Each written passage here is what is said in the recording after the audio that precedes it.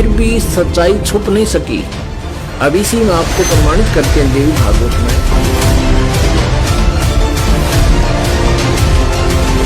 नवरात्रि कब से मनाई जाने लगी? ये नवरात्रि जिनकी आप पूजा करते हैं, ये कौन है? नवरात्रि क्यों मनाई जाती है?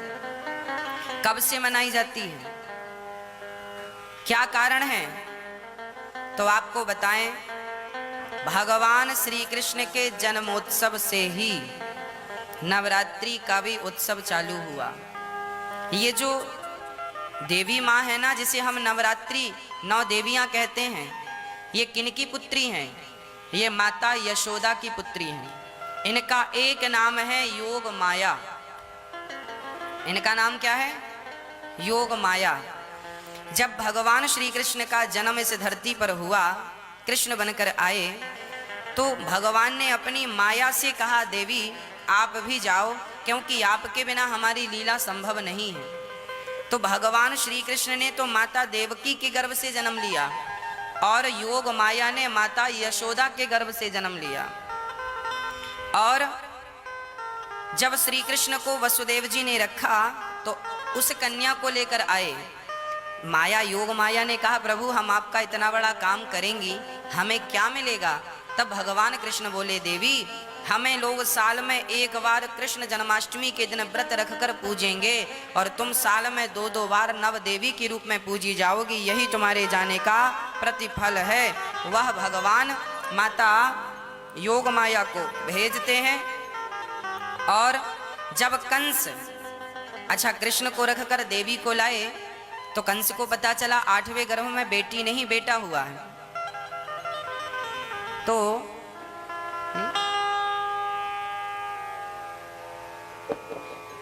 कंस ने पत्थर पर पटक दिया, हाथ से छूटकर वो अष्टभुजाधारी बन गई दुर्गा और बोली, मूर्ख तुझे मारने वाला प्रकट हो चुका है।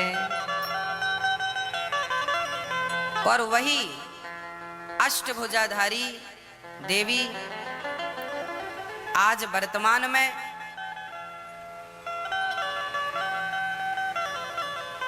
यहां से मथुरा से जाकर आप पर्वत में जाकर विराजमान हो गई। मुझे स्थान का नाम विस्मरण हो रहा है। उत्तर प्रदेश में मिर्जापुर, कौन सा पर्वत है?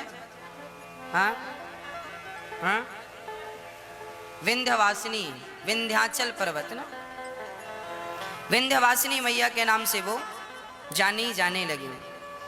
और वहां पर मैया जी विराजमान हो गई। वह माता यशोदा की पुत्री हैं। तो वह 9 देवियों के रूप में जानी जाने लगी। प्रथमम शैलपुत्री चा, प्रथमम शैलपुत्री चा अर्थात पहली आर्ज के दिन, प्रथम दिन किसकी पूजा होती है? माता पार्वती की पूजा हो। शैलपुत्री अर्थात जो हिमालय है, हिमालय की पुत्री माता पार्वती। पहले दिन माता पार्वती की पूजा होती है।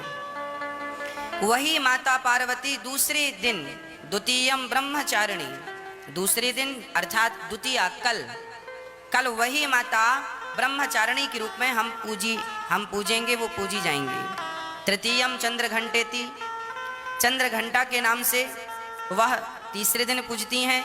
चौथे दिन कोषमांडा के नाम से, 5वें दिन स्कंध माता, 6वें दिन कात्यायनी, 7वें दिन कालरात्रि, 8वें दिन महागौरी और 9वें दिन सिद्धिदात्री। ऐसे पुण्यात्माओं, जैसा कि आपको सृष्टि रचना के प्रारंभ में जब कथा शुरू करी थी, बताया था कि काल भगवान ने, इस क्षर पुरुष ने, जो ब्रह्मा विष्णु महेश के पिताजी हैं, दुर्गा जी के पति हैं, जो श्री देवी के पति हैं और ब्रह्मा विष्णु महेश के पिता हैं, इसने ये कहा था दुर्गा से कि मेरा भेद किसी को मत बताना। इसको बहुत सख्ती से कहा था। तो देवी ने उसी उद्देश्य से ब्रह्मा विष्णु महेश को इस क्षर पुरुष का ज्ञान नहीं दिया।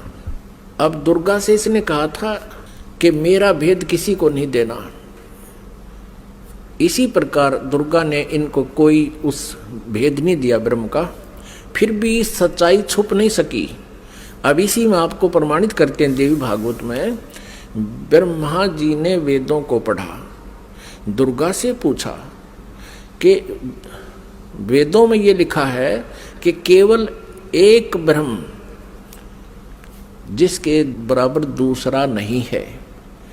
ब्रह्म माने परमात्मा भी होता है, वो ब्रह्म माने भगवान होता है, वो एक ही परमात्मा पूजा के योग्य है। तो वो क्या आप ही हो क्या? ब्रह्मा ने पूछा क्या वो आप ही हो? दुर्गा से कहती। अब दुर्गा क्या उत्तर देती है देखिएगा। हम श्रीमद् देवी भागवत यानी दुर्गा पुराण देवी पुराण को पढ़ रहे हैं, जो गीता प्रेस गोरखपुर से प्रकाशित है। इसके तीसरे स्कंद में पृष्ठ नंबर 125 पर हम पढ़ रहे हैं। 123 तक हमने पढ़ लिया। यहां 124 पे देखिएगा।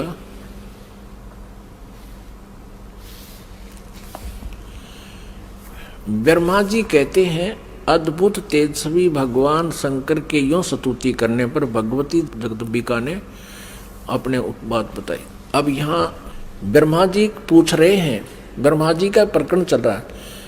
ये 125 पृष्ठ पे हम पढ़ रहे हैं तीसरे स्कंद में।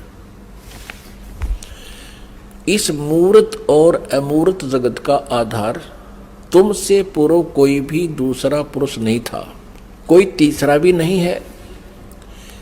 एकम एव द्वितीयम ब्रह्म। इस वेद के वचन को व्यर्थ कहना तो बनता नहीं। अब दुर्गा इनको कहा करती, मैं ही सब कुछ हूं, मैं ही तुम्हारा पिता हूं, मैं तुम्हारी माता हूं। तो अब ब्रह्मा जी ने वेदों को पढ़ा तो इसने कहा कि वेद के वचन को हम झूठा भी नहीं कह सकते, और इधर अनुभव दूसरी बात कहता है।